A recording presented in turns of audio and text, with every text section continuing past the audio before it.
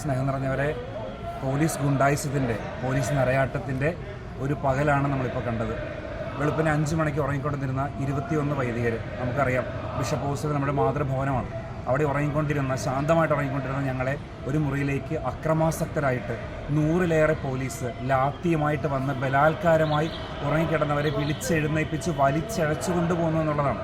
അതിൽ നിങ്ങൾ ഓർക്കണം, 78-80 വയസ്സുള്ള തലയനച്ചൻ ഉൾപ്പെടെ ഹൃദ്രോഗിയായിട്ടുള്ള മനുഷ്യരുണ്ട്, മറ്റു വൈദികരുണ്ട്. ലാത്തി കൊണ്ട് കുത്തുകയും കൈകൊണ്ട് മർദ്ദിക്കുകയും അവർ വലിച്ചിഴക്കുകയും ഒരു തരത്തിലുള്ള ദൃശ്യങ്ങളും പുറത്തേക്ക് പോകരുത് എന്ന് കരുതിക്കൊണ്ട് തന്നെ ഞങ്ങൾ എല്ലാവരുടെയും ഫോണുകൾ കടന്നു പിടിക്കുകയും പിടിച്ചു വാങ്ങുകയും ചെയ്ത് അവർ മാത്രം ദൃശ്യങ്ങൾ എടുത്തുകൊണ്ട് വൺ സൈഡഡ് ആയിട്ടുള്ള ഒരു ആക്രമണ പരമ്പരയാണ് ഇന്ന് രാവിലെ ഇറങ്ങിയേറിയത്.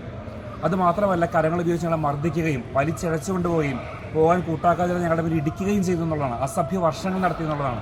ബസിലിക്ക മുതൽ അതിൻ്റെ മുറ്റത്തുനിന്ന്, എറണാകുളം അരമന മുതൽ അതിൻ്റെ മുറ്റത്തുനിന്ന് ഈ ബസിലിക്ക കോമ്പൗണ്ട് വരെ ഓരോ അച്ഛന്മാരെയും വലിച്ചിഴച്ച് ഞെരുക്കി കൊണ്ടുവന്നാണ് ഇവിടെ കൊണ്ടുവന്നിട്ടെന്നുള്ളതാണ്. അസഭ്യ വർഷത്തിൻ്റെ കൂടെ തന്നെ ഉണ്ടായിരുന്നു എന്നുള്ളതാണ്. ഒരു തരത്തിലുള്ള വിഷ്വൽസും പുറത്തേക്ക് വരാതിരിക്കാനായിട്ട് മാക്സിമം ശ്രമിച്ചു എന്നുള്ളതാണ്.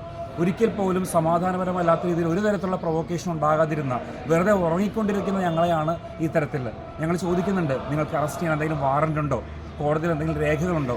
ഒരു തരത്തിലുള്ള രേഖകൾ അവരുടെ കയ്യിൽ ഇല്ലായിരുന്നു എന്ന് മാത്രമല്ല, ചോദിക്കുമ്പോൾ ഇവിടുത്തെ സൈമൺ വള്ളിപ്പട്ടയും ജോഷിയും കൊടുത്തൊരു പരാതി മാത്രമാണ് അവർക്ക് കാണിക്കാനുള്ളത്.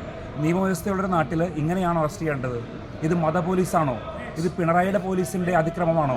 ഞങ്ങൾ ചോദിക്കുന്നുണ്ട്. കാരണം ചോദിക്കുമ്പോഴൊക്കെ അവർക്ക് ഉത്തരമില്ലെന്ന് മാത്രമല്ല, ഒരു രേഖയും ഈ നിമിഷം വരെ പ്രൊവൈഡ് ചെയ്യാൻ ആർക്കും പറ്റിയിട്ടുമില്ല. പോലീസിൻ്റെ ഗുണ്ടായിസം.